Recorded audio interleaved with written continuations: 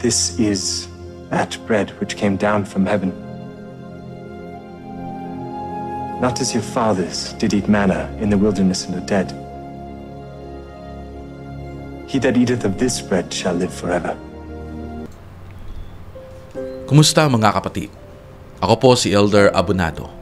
Ngayong araw, may tanong ako para sa inyo. Naranasan mo na ba yung parang wala ng pag-asa? Tapos, bigla kang sinupresa ng isang himala o biyaya mula sa langit. Alam nyo, minsan sa buhay natin, parang ang dilim-dilim. Parang walang kasagutan ang mga dasal natin. Pero teka lang, huwag tayong bibitaw. Dahil ang pag-asa ay hindi lang basta paghihintay. Ito ay pagtitiwala sa plano ng Ama natin sa langit, kahit hindi pa natin nakikita ang buong larawan. Ngayong araw ng linggo, pag-uusapan natin ang isang kwento mula sa Bagong Tipan. Isang babae na kahit may sakit at problemado, hindi bumitaw sa pananampalataya. At dahil sa kanyang pag-asa, pinagpala siya ng Panginoon. Kaya tara, sama-sama tayong matuto, magnilay at maramdaman ang kapangyarihan ng pag-asa sa buhay nating lahat. In the New Testament, there was a woman who had been suffering for 12 years with a condition that made her unclean in the eyes of society. So hindi lang po siya may problema sa sarili niya, pero may problema pa niya yung society, yung pagtingin ng tao sa kanya. Imagine natin, no? Nagdadala ka na nga ng sakit, ang pagtingin pa ng tao sa iyo ay marumi ka. She had spent all her money on doctors, but nothing worked.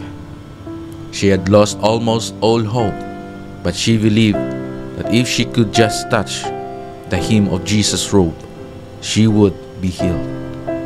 Yung nangyari sa babaeng ito, ano yung pakiramdam natin bilang tao na naubos na yung pera mo at nagkautang-utang ka na para maipagamot yung sarili mo?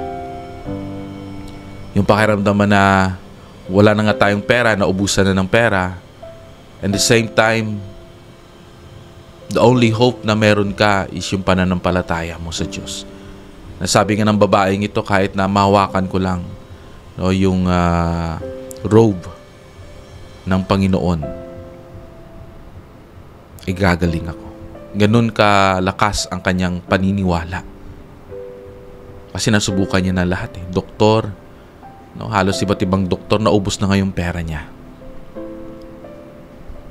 Pero dahil sa kanyang pananampalataya, sabi niya, kahit hindi na ako sabihan ng Panginoon na gagaling ka, mahawakan ko lang yung kanyang hem, no, ng robe niya, ay gagaling ako. With great faith and quiet hope, she pushed through the crowd and touched his garment. No, yung hope at yung masabi ko bang, di ba pag sinabi ditong quiet hope, ito yung sa akin, nagbigay sa akin ng liwanag eh. Na yung pananampalataya at hope natin, yun yung nagbibigay sa atin ng lakas. Ito yung gumigising sa atin araw-araw. No, sa aming family home evening kagabi, yung isa naming kasama is suffering for arthritis since 2012, no? Parang more than 10 years na siya nagsasuffer. Yung kanyang iplikip something, ano ba yung tawag doon? Yung parang bigla ka na lang mahihimatay, tapos yung manginginig ka. Hindi ko hindi ko ma-pronounce, no? Pero he's suffering that or bata pa siya. Sabi ko sa kanya, ang tanong ko kasi, paano ka nakare-recover? Sabi niya, it's a blessing na makakagising ako everyday. Gusto ko pang mabuhay para sa anak ko, kasing anak nga, isa pa lang, or I don't know kung magdadagdag sila, pero maliit pa.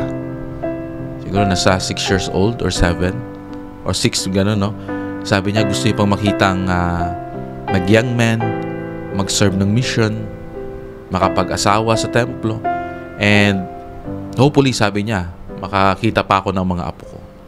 That's the hope that he has in his life. That's why gumigising siya araw-araw. Yung quiet hope sa puso natin na Panginoon, ikaw na yung bahala sa akin. Alam ko hindi mo ako pababayaan sa journey na to. Yung mga pagkukulang natin, yung mga kahinaan natin, yung mga gusto nating i-attain ng mga goal at dream sa buhay. Tulad ng babaeng ito na hindi lang siya naniniwala, meron siyang pananampalataya. Jesus immediately felt power leave him and turned to ask, "Who touched me?" The woman, afraid but honest, came forward. Naramdaman ni ating Panginoong Hesukristo na mayroong lumabas sa kanya na kapangyarihan. Ibig sabihin nun parang mayroong nawala, no? Or kung sa ano pa, umalis na kapangyarihan or nabawasan, ayun, nakapangyarihan sa kanya. Naramdaman niya, sino yung humawak sa akin or nag-touch sa akin. Yung babae, kahit na natatakot siya, nagsabi siya na, lumapit siya, nagsabi na ako yun. Sabi niya nga dito, ng Panginoon, nag-reply ang Panginoon sa kanya, "Daughter, your faith has made you whole. Go in peace and be healed of your affliction." Yun yung sabi ng Panginoon sa kanya. Your faith, yung pananampalataya mo, yun yung nagpagaling sa'yo. At yung mga sakit mo ay gagaling na. Gumaling ka na. Napakasarap pakinggan ng gano'n, no? Sa buhay natin, yung tinatawag nating renewed hope. Minsan kasi naubusan na tayo ng hope, hindi natin alam kung saan pa kukuha ng lakas. Pero magtiwala tayo. Tulad ng babaeng ito, hindi niya kailangan na makita siya ng Panginoon at ilay yung kamay ng Panginoon sa kanya at i-bless siya. Yung sabi niya lang, kahit na matouch ko lang, no? Or ano ba yung touch sa Tagalog? Yung mahipo ko lang yung kanyang robe, ang sinusuot ni Jesus Christ, ating Panginoon, ay gagaling siya. Ganon kalakas ang kanyang pananampalataya. At sabi ng Panginoon sa kanya, anak na babae, yung pananampalataya mo yung nagpagaling sa'yo.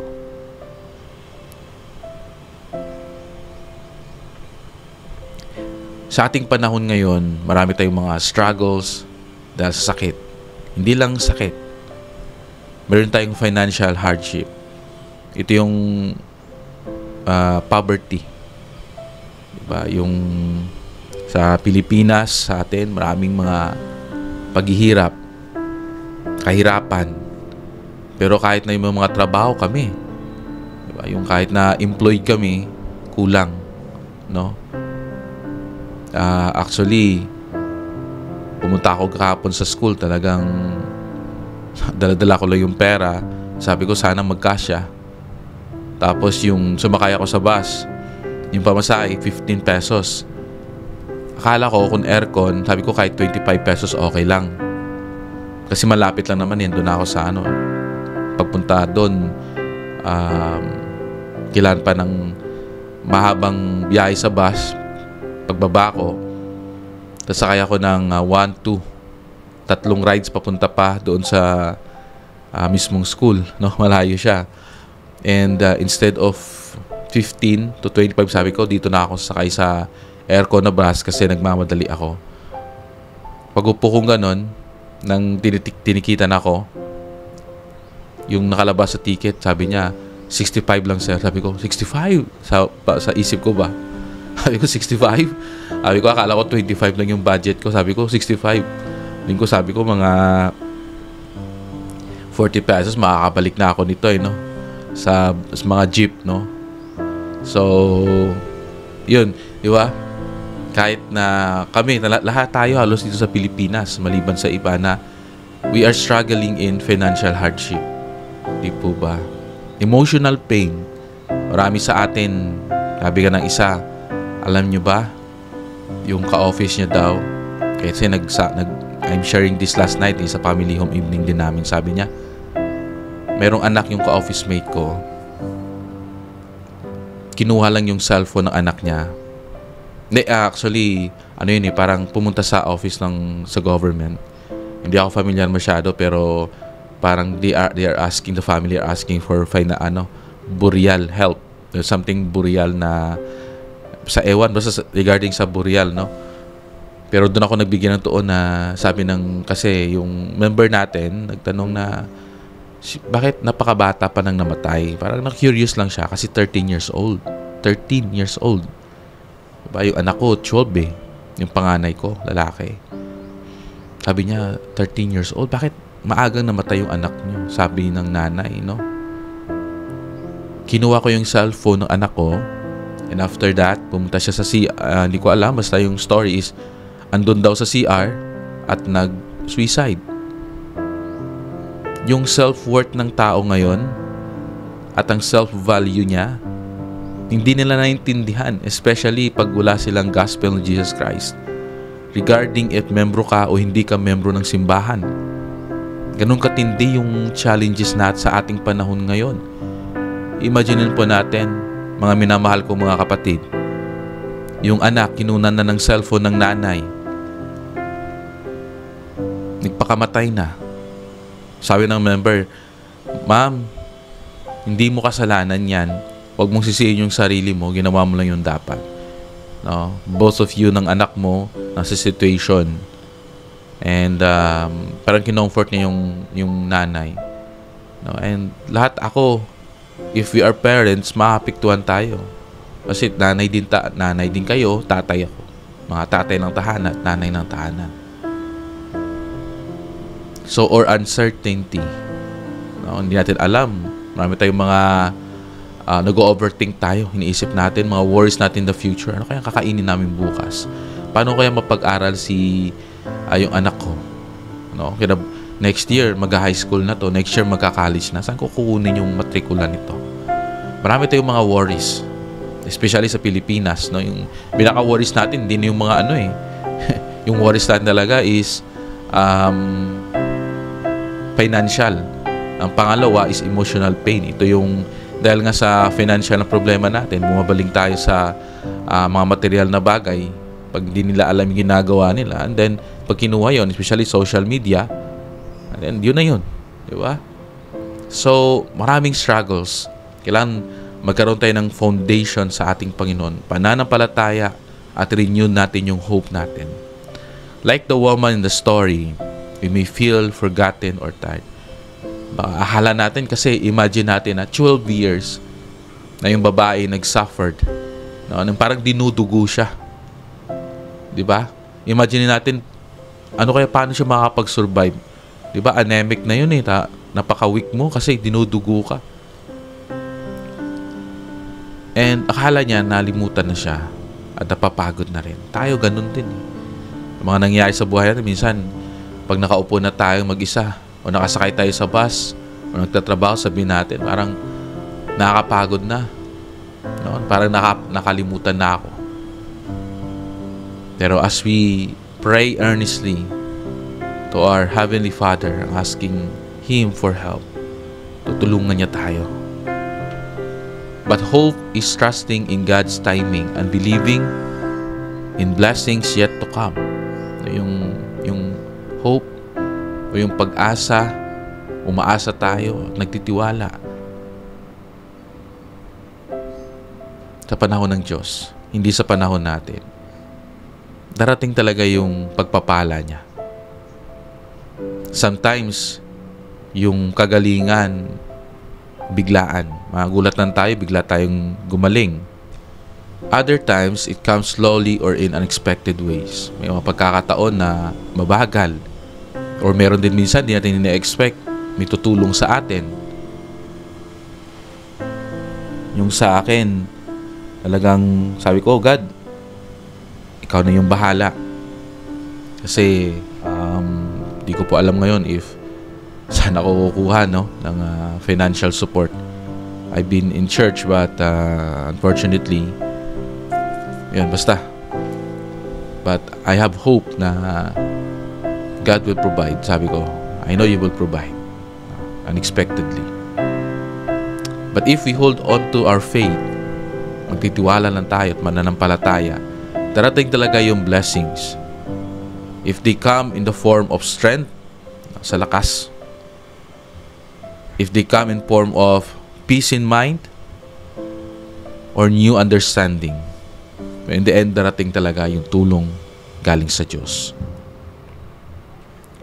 Sabi nga sa Romans chapter 15 verse 13, "Now the God of hope fill you with all the joy and peace in believing, that ye may abound in hope through the power of the Holy Ghost." Yun talaga yung sabi niya. Diba? Yung Holy Ghost yun magko-confirm sa atin na palalakasin tayo. Bigyan tayo ng kasiyahan, ng peace of mind in believing that ye abound in hope. Doon lang tayo magkapit. Kumapit tayo sa pag-asa. Tulungan tayo ng ating Ama sa Langit because He lives. Buhay ang ating Panginoon. Buhay ang ating Ama sa Langit. And they cared for us. Hindi po tayo nakalimutan ng ating Ama sa Langit. They are mindful sa atin. Umiiyak po sila. Nakakaramdam sila. Para sa akin lang to ang insight. They feel what we feel. Nalulungkot tayo, nalulungkot din sila kasi gusto nila maging masaya. Mga mahal ko, mga kapamilya, totoo ang pag-asa na nagmumula sa ating Ama sa Langit. Sa gitna ng ating mga pagsubok, pagod, at pagkabigo, palaging nariyan ang kanyang pagmamahal na nagbibigay lakas at liwanag. Naniniwala ako na kung mananatili tayong tapat at puno ng pag-asa, makikita natin ang kanyang kamay sa ating buhay, kahit sa maliliit at simpleng bagay. Pinatutuhanan ko na si Jesucristo ang ating tagapagligtas. Siya ang nagbibigay ng kapayapaan sa ating puso at lakas sa ating kaluluwa. Alam ko na ang mga biyayang inaasam natin ay darating sa tamang oras, sa paraang pinakamainam para sa atin. Pinapangako ko na kung mananatili tayong may pananampalataya at pag-asa, pagpapalain tayo ng Ama natin sa langit. Hindi lamang ng mga bagay na inaasahan natin, kundi ng kapayapaang hindi kayang ibigay ng mundo. Sa pangalan ni Jesucristo. Amen.